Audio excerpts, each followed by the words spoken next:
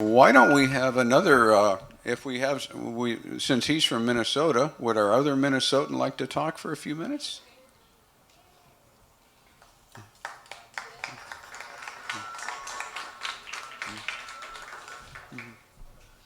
Hard act to follow.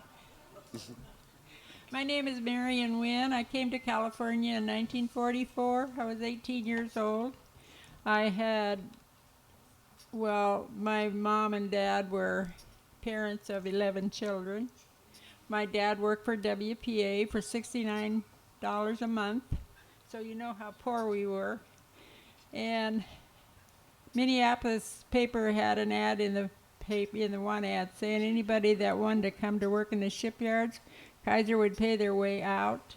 So my dad got two friends to come with him, and my mom agreed to stay home and take care of the 9 children, because one of them had died, and my brother joined the service. So there were still 9 people left, kids left, when my dad came out. So he got a job as electrician lead man, and he made $1.38 an hour. And he came home in 1943, and my sister, older than me, had quit school, so she got to come back out with him, and I cried because I wanted to come too. And he said, if you don't graduate, you don't come at all. So I had to graduate. I had 1 more year to go. So I was 17. My girlfriend and I went to Mankato, Minnesota, got a job working in we were bagging granulated rock wool insulation for 53 cents an hour. We had to keep shaking the bag to make sure, and then weighing it to make sure we had 50 pounds in there. So you get all the dust in your skin, and you had to take a salt bath every night before you went to bed.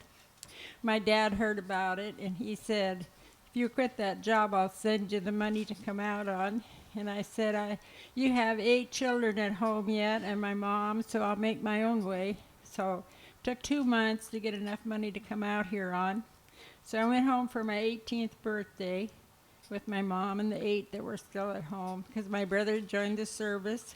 While I was there for the week, the military came out and told us that my brother had gotten killed in Normandy. So I stayed a week with her, and then I came out here and lived with my dad. I got a job as a pipe welder. We had a little area called West Storage, and there were 11 other women working with me. We did all the welding, and we had setup men. But when we got through welding the pipes together, they were ready to assemble on. They were already assembled, ready to put on the ship. I made $1 an hour during the week, $1.50 on Saturday, $2 on Sunday. But on Saturday and Sunday, I tacked the handrails on the ship. I wasn't qualified to weld them, but I could tack them on so they'd be all ready for the welders when they came to work on Monday. Okay, where do I go from here? Oh, when my dad came out, we were living in a 1-room log house in northern Minnesota. We didn't have a bed. We just threw a blanket on the floor and covered up with another one. And we had a barrel stove that kept the fire going all night, so we never got cold. But when my dad came home, he had enough money saved to build he bought 80 acres with a lot of trees on it, and he had his own saw rig. So with the help of the neighbors, they built a 3-bedroom, 2-story home. Had running water, electricity. He had his own generator. He used some barrels to put in the ground. He had his own septic tank. So it paid my mother to stay home and take care of the kids while he was out here. But I met my husband as soon as I got out here, because he had gotten here 2 weeks before I had. He had transferred from New York to Treasure Island, and his parents were the managers of the trailer park where my dad lived. And when I got out here, my dad said, I don't want to hear anything about you going with any of those guys in the shipyard, because you don't know who they are. They'll tell you they're not married, but chances are they are. Well, my dad knew my husband's parents because they were the managers of the trailer park, so I married him. We were married 60 years when he passed away. That's my story. Thank you. When did you finish in the shipyards then? When did your job end? In July of 45. But that was another story if you want to hear it. When the war was winding down, we didn't need any more new ships. So we had to go on the ship and finish the ships up that were already started. So my friend and I were welding on one side.